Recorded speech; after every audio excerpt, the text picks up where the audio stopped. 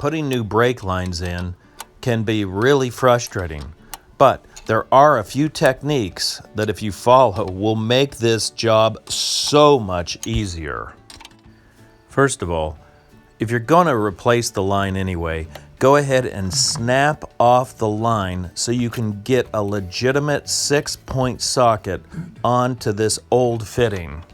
Using an open-end wrench or even a line wrench is futile because it is so corroded you're just going to strip it. For years, I have fought with those line wrenches or vice grips to try to get these off. This method is effective.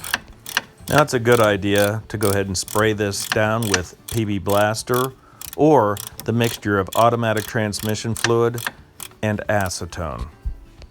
Getting these brake line fittings out is definitely the most challenging part of the job. The rest of the job may take a little bit of time and a little bit of finesse, but it's pretty straightforward. Using a 6-point socket, and you may have to tap this on to make sure it's nice and stiff, but it makes the job so much easier. Spraying penetrating fluid on these fittings before you start the job absolutely helps, even if it's a day or two earlier. Now that you have the old brake line completely out, it's time to put in the new brake line. I've seen a lot of techniques, and I find that just using your thumbs and slowly working the brake line into the right shape is the safest, because if you push too hard, too fast, you're going to crimp it, and of course, you're going to have to get another brake line and start all over again.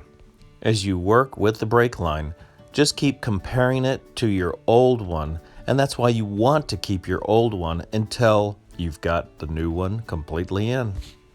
Here's a tool that might be a little bit easier on your thumbs. It has a nice big radius, but you still want to be careful even with something like this. You don't want it to crimp. Now we're getting a lot closer to that right bend, so it's time to take it to the car and test and make sure that it's the right shape. Go ahead and screw in one side of the brake line and go as far as you can by hand to make sure you don't strip the threads. Because all the fittings are brand new, an open-end wrench will do just fine to be able to get this in and lock it in tight. This first fitting is a little bit easier to get in than the second because you'll need to push and pull to make sure the next fitting is nice and straight. When you get to the second fitting, you'll want to work and twist and make sure that the fitting is perfectly straight, and of course you'll want to put it in by hand to make sure that you're not going to strip the threads. Now that you've put it in by hand enough to know that it's going in correctly, go ahead and take the wrench and tighten it up until it is snug. Now your brake line is completely installed.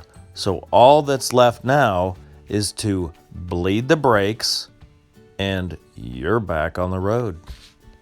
Well, I hope you found this video useful, and if you did, please give it a thumbs up. Thank you.